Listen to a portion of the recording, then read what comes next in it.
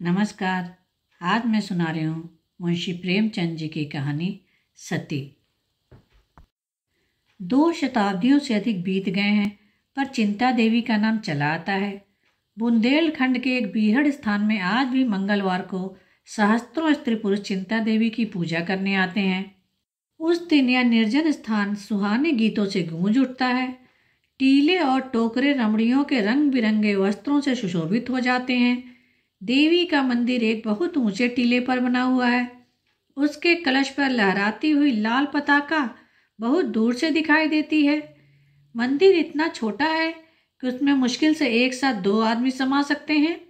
भीतर कोई प्रतिमा नहीं है, केवल एक छोटी सी वेदी बनी हुई है। नीचे से मंदिर तक पत्थर का जीना है।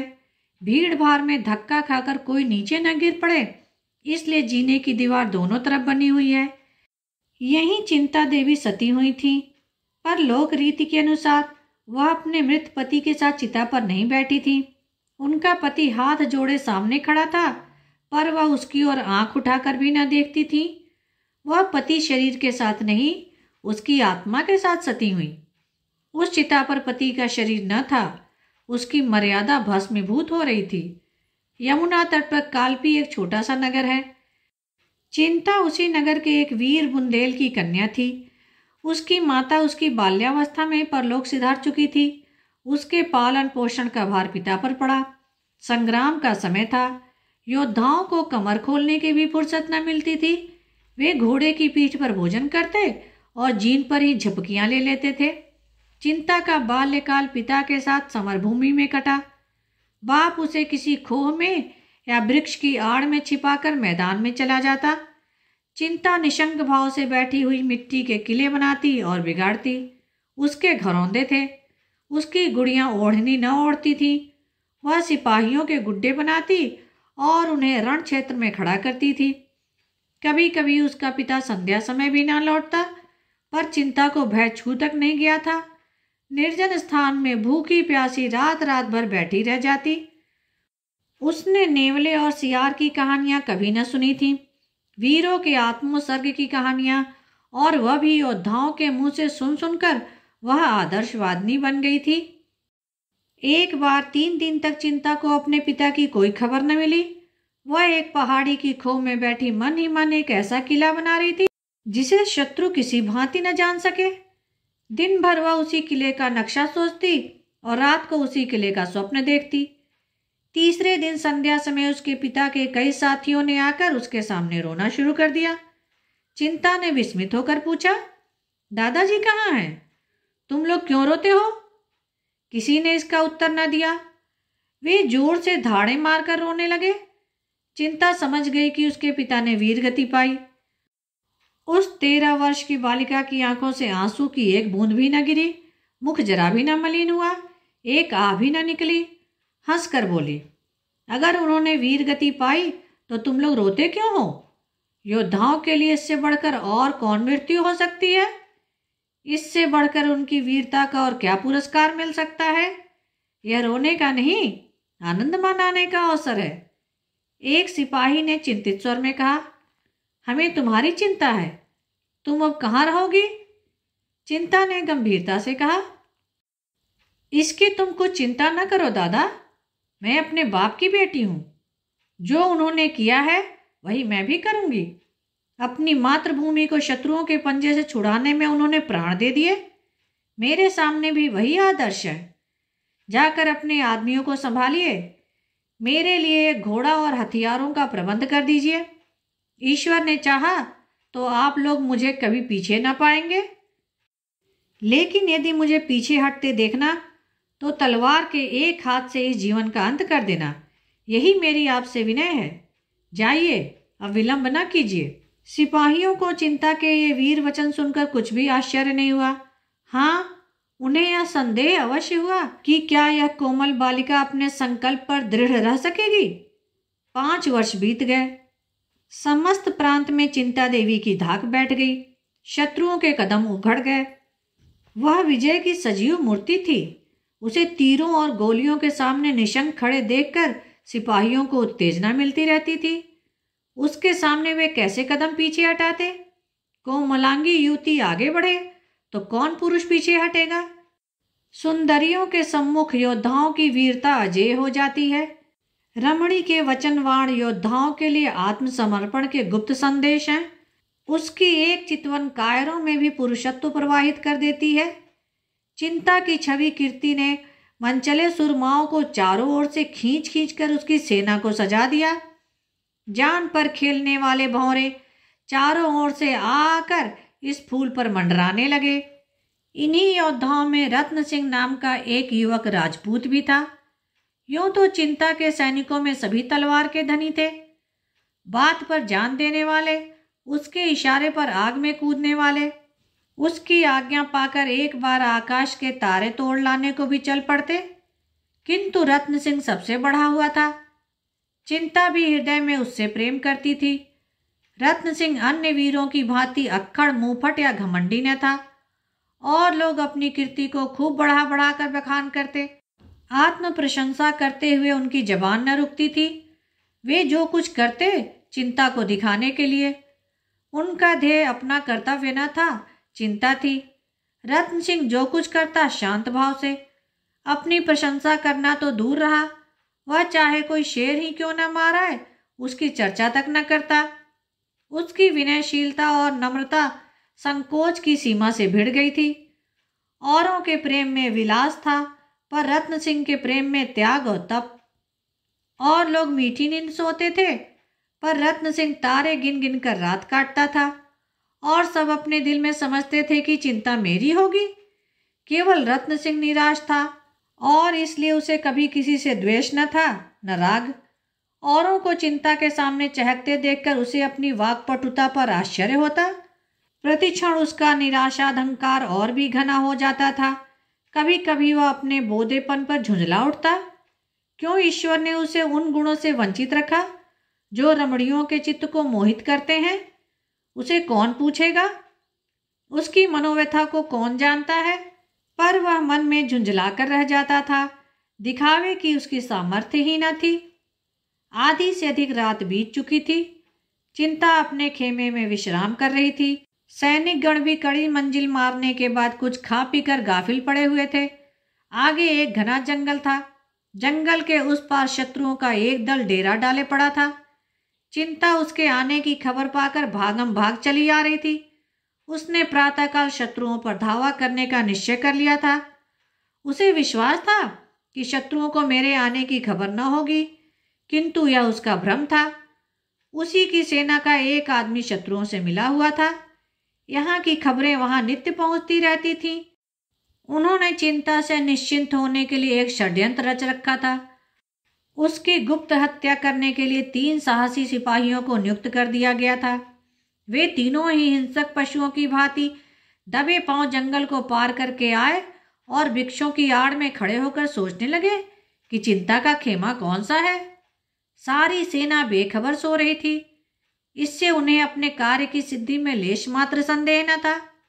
वे वृक्षों की आड़ से निकले और जमीन पर मगर की तरह रेंगते हुए चिंता के खेमे की ओर चले। सारी सेना बेखबर सोती थी। पहरे के सिपाही थककर चूर हो जाने के कारण निद्रा में मग्न हो गए थे। केवल एक प्राणी खेमे के पीछे मारे ठंड के सिकुड़ा हुआ बैठा था। यही रत्न सिंह था। आज उसने यह कोई नई बात न की थी। पड़ावों में उसकी रातें इसी भांति चिंता के खेमे के पीछे बैठे बैठे कटती थी। घातकों की आहट पाकर उसने तलवार निकाल ली और चौंक कर उठ खड़ा हुआ। देखा 3 आदमी झुके चले आ रहे हैं। अब क्या करे? अगर शोर मचाता है तो सेना में खलबली पड़ जाए और अंधेरे में लोग एक दूसरे पर वार करके आपस में ही कट मरे। इधर अकेले 3 जवानों से भिड़ने में प्राणों का भय। अधिक सोचने का मौका न था। उसमें योद्धाओं की अविलंब निश्चय कर लेने की शक्ति थी। तुरंत तलवार खींच ली और उन तीनों पर टूट पड़ा। कई मिनट तक तलवारें छपाछप चलती रहीं। फिर सन्नाटा छा गया। उधर वे तीनों आहत होकर गिर पड़े। इधर यह भी जख्मों से चूर होकर अचेत हो गया। प्रातःकाल चिंता उठी तो चारों जवानों को भूमि पर पड़े पाया। उसका कलेजा धक्क से हो गया। समीप जाकर देखा तीनों आक्रमणकारियों के प्राण निकल चुके थे। पर रत्न सिंह की सांस चल रही थी। सारी घटना समझ में आ गई। नारित्व ने वीरत्व पर विजय पाई। जिन आंखों से पिता की मृत्यु पर आंसू की एक बूंद भी न गिरी थी, उन्हीं आंखों से आंसुओं की झड़ी लग गई। उसने रत्न सिंह का सिर अपनी जांघ पर रख लिया और हृदयांगन में रचे हुए स्वयंवर में उसके गले में जयमाल डाल दी। महीने भर न रत्न सिंह की आंखें खुली, न चिंता की आंखें बंद हुई। चिंता उसके पास से एक क्षण के लिए भी न कहीं जाती थी, न अपने इलाके की परवाह करती थी, न शत्रुओं के बढ़ते चले आने की फिक्र। रत्न सिंह पर वह अपनी सारी विभूतियों का बलिदान कर चुकी थी। पूरा महीना बीत जाने के बाद रत्न सिंह की आंखें खुली। देखा, चारपाई पड़ी हुई है और चिंता सामने पंखा लिए खड़ी है। क्षीण स्वर में बोला, चिंता, पंखा मुझे दे दो, तुम्हें कष्ट हो रहा है। चिंता का हृदय इस समय स्वर्ग के अखंड अपार सुख का अनुभव कर रहा था। एक महीना पहले जिस जीर्ण शरीर के सिरहाने बैठी हुई वह नैराश्य से रोया करती थी, उसे आज बोलते देखकर आह्लाद का पारावार न था। उसने स्नेह मधुर स्वर में कहा, प्राणनाथ, यदि यह कष्ट है तो सुख क्या है, मैं नहीं जानती। प्राणनाथ, इस संबोधन में विलक्षण मंत्र की सी शक्ति थी। रत्न सिंह की आंखें चमक उठी, जीर्ण मुद्रा प्रदीप्त हो उठी, नसों में एक नए जीवन का संचार हो उठा और वह जीवन कितना स्फूर्तिमय था। उसमें कितना उत्साह, कितना माधुर्य, कितना उल्लास और कितनी करुणा थी। रत्न सिंह के अंग अंग फड़कने लगे। उसे अपनी भुजाओं में अलौकिक पराक्रम का अनुभव होने लगा। ऐसा जान पड़ा मानो वह सारे संसार को सर कर सकता है, उड़कर आकाश पर पहुंच सकता है, पर्वतों को चीर सकता है। एक क्षण के लिए उसे ऐसी तृप्ति हुई मानो उसकी सारी अभिलाषाएं पूरी हो गई हैं और वह किसी से कुछ कहना नहीं चाहता। शायद शिव को सामने खड़ा देखकर भी वह मुंह फेर लेगा, कोई वरदान न मांगेगा। उसे अब किसी रिद्धि की आवश्यकता नहीं थी, किसी पदार्थ की इच्छा न थी। उसे गर्व हो रहा था मानो उससे अधिक सुखी, उससे अधिक भाग्यशाली पुरुष संसार में कोई और न होगा। रत्न सिंह ने उठने की चेष्टा करके कहा, बिना तप के सिद्धि नहीं मिलती। चिंता अभी अपना वाक्य पूरा भी न कर पाई थी कि उसी प्रसंग में बोली, हाँ, आपको मेरे कारण अलबत्ता दुसह यातना भोगनी पड़ी। चिंता ने रत्न सिंह को कोमल हाथों से लिटाते हुए कहा, इस सिद्धि के लिए तुमने तपस्या नहीं की थी, झूठ क्यों बोलते हो? तुम केवल एक अबला की रक्षा कर रहे थे।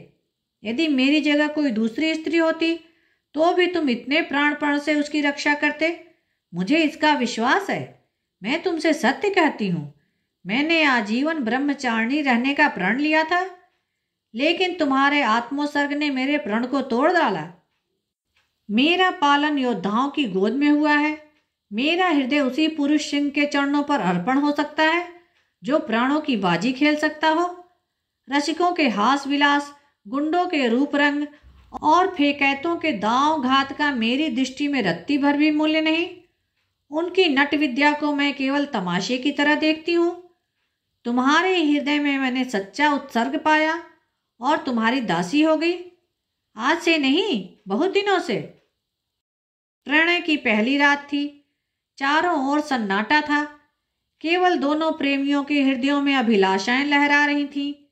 चारों ओर अनुरागमयी चांदनी छिटकी हुई थी और उसकी हास्यमयी छटा में वर वधू प्रेमालाप कर रहे थे। सहसा खबर आई कि शत्रुओं की एक सेना किले की ओर बढ़ती चली आती है। चिंता चौंक पड़ी।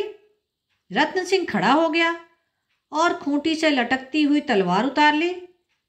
चिंता ने उसकी ओर कातर स्नेह की दृष्टि से देखकर कहा, कुछ आदमियों को उधर भेज दो, तुम्हारे जाने की क्या जरूरत है?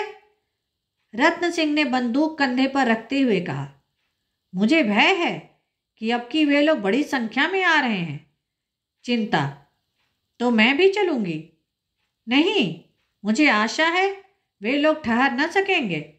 मैं एक ही धावे में उनके कदम उखाड़ दूंगा। यह ईश्वर की इच्छा है कि हमारी प्रणय रात्रि विजय रात्रि हो। न जाने क्यों मन कातर हो रहा है, जाने देने को जी नहीं चाहता। रत्न सिंह ने इस सरल अनुरक्त आग्रह से विह्वल होकर चिंता को गले लगा लिया और बोले, मैं सवेरे तक लौट आऊंगा प्रिय। चिंता पति के गले में हाथ डालकर आंखों में आंसू भरे हुए बोली, मुझे भय है तुम बहुत दिनों में लौटोगे। मेरा मन तुम्हारे साथ रहेगा। जाओ, पर रोज खबर भेजते रहना। तुम्हारे पैरों पड़ती हूं। अवसर का विचार करके धावा करना।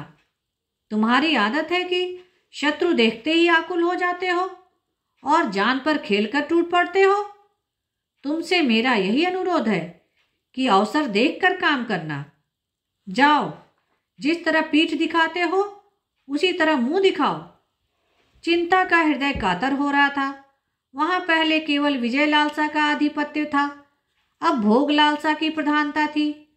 वही वीरबाला जो सिंहनी की तरह गरज कर शत्रुओं के कलेजे को कपा देती थी, आज इतनी दुर्बल हो रही थी कि जब रत्न सिंह घोड़े पर सवार हुआ तो आप उसकी कुशल कामना से मन ही मन देवी की मनौतियां कर रही थी। जब तक वह वृक्षों की ओट में छिप न गया, वह खड़ी उसे देखती रही।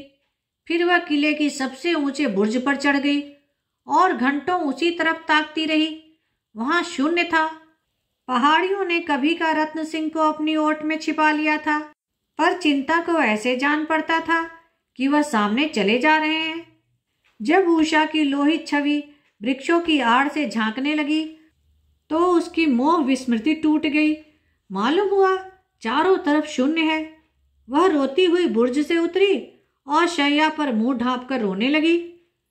रत्न सिंह के साथ मुश्किल से 100 आदमी थे, किंतु सभी मंजे हुए। अवसर और संख्या को तुच्छ समझने वाले, अपनी जान के दुश्मन, वीरोल्लास से भरे हुए, एक वीर रसपूर्ण पद गाते हुए घोड़ों को बढ़ाए चले जाते थे। बाकी तेरी पाग सिपाही, इसकी रखना लाज, तेग तवर कुछ काम ना आवे, बख्तर ढाल व्यर्थ हो जावे। रखियो मन की लाग सिपाही, बाकी तेरी पाग, इसकी रखना लाज। पहाड़ियां इन वीर स्वरों से गूंज रही थी। घोड़ों की टाप ताल दे रही थी। यहां तक कि रात बीत गई। सूर्य ने अपनी लाल आंखें खोल दी और इन वीरों पर अपनी स्वर्ण छटा की वर्षा करने लगा। वही रक्त में प्रकाश में शत्रुओं की सेना एक पहाड़ी पर पड़ाव डाले हुए नजर आई। रत्न सिंह सिर झुकाए, वियोग व्यथित हृदय को दबाए मंद गति से पीछे पीछे चला जाता था। कदम आगे बढ़ता था पर मन पीछे हटता। आज जीवन में पहली बार दुश्चिंताओं ने उसे आशंकित कर रखा था। कौन जानता था लड़ाई का अंत क्या होगा। जिस स्वर्ग सुख को छोड़कर वह आया था, उसकी स्मृतियां रह रहकर उसके हृदय को मसोस रही थीं। चिंता की सजल आंखें याद आती थीं और जी चाहता था घोड़े की रास पीछे मोड़ दे। रणोत्साह क्षीण होता जाता था। सहसा एक सरदार ने समीप आकर कहा, भैया यह देखो, ऊंची पहाड़ी पर शत्रु डेरा डाले पड़े हैं। तुम्हारी अब क्या राय है? हमारी तो यही इच्छा है कि तुरंत उन पर धावा कर दें। गाफिल पड़े हुए हैं, भाग खड़े होंगे। देर करने से वे भी संभल जाएंगे और तब मामला नाजुक हो जाएगा। 1000 से कम ना होंगे। रत्न सिंह ने चिंतित नेत्रों से शत्रु दल की ओर देखकर कहा, हाँ मालूम तो होता है। सिपाही, तो धावा कर दिया जाए ना। रत्न सिंह, जैसी तुम्हारी इच्छा। संख्या अधिक है यह सोच लो। सिपाही, इसकी परवाह नहीं, हम इससे बड़ी सेनाओं को परास्त कर चुके हैं। रत्न सिंह, यह सच है, पर आग में कूदना ठीक नहीं। सिपाही, भैया तुम कहते क्या हो? सिपाही का तो जीवन ही आग में कूदने के लिए है। तुम्हारे हुक्म की देर है, फिर हमारा जीवट देखना। रत्न सिंह, अभी हम लोग बहुत थके हुए हैं, जरा विश्राम कर लेना अच्छा है। सिपाही, नहीं भैया, उन सबों को हमारी आहट मिल गई तो गजब हो जाएगा। रत्न सिंह, तो फिर धावा ही कर दो। एक क्षण में योद्धाओं ने घोड़ों की बागें उठा ली और अस्त्र संभाले हुए शत्रु पर लपके, किंतु पहाड़ी पर पहुंचते ही इन लोगों ने उसके विषय में जो अनुमान किया था वह मिथ्या था। वह सजग ही न थे, स्वयं किले पर धावा करने की तैयारियां भी कर रहे थे। इन लोगों ने जब उन्हें सामने आते देखा तो समझ गए कि भूल हुई, लेकिन अब सामना करने के सिवा चारा ही क्या था। फिर भी वे निराश न थे। रत्न सिंह जैसे कुशल योद्धा के साथ इन्हें कोई शंका न थी।